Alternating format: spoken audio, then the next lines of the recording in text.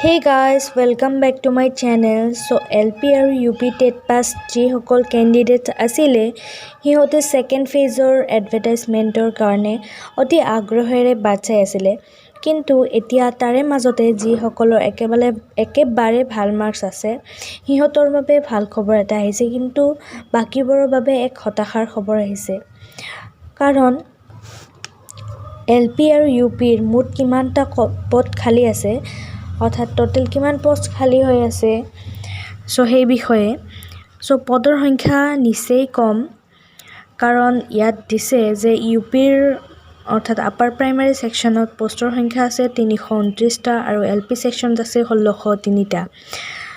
পদৰ সংখ্যা নিচেই কম হোৱা বাবে কম নম্বৰ পোৱা সকল হোপলেছ হৈ গৈছে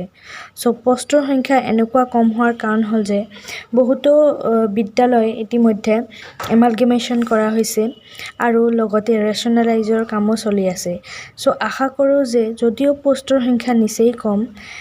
কিন্তু এছএছৰ আণ্ডাৰত যেহেতু যথেষ্ট পদ খালী হৈ আছে সেইখিনি যাতে অতি সোনকালে পূৰ্ণ কৰি দিয়া হয় ইয়াৰ ফলত আমাৰ টেট পাছ কেণ্ডিডেটসকল হতাশাৰ পৰা মুক্ত হ'ব আৰু সকলোৱে চাকৰি পাবলৈ সক্ষম হ'ব